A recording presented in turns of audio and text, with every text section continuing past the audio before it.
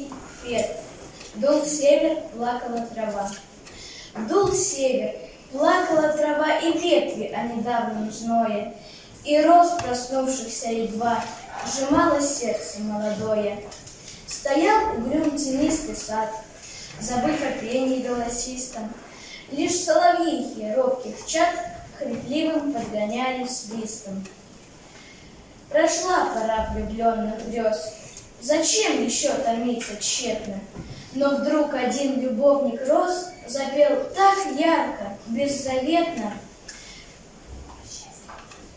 «Прощай, соловушка, и я готов на миг воскреснуть тоже. И песнь последняя твоя всех вешних песен мне дороже».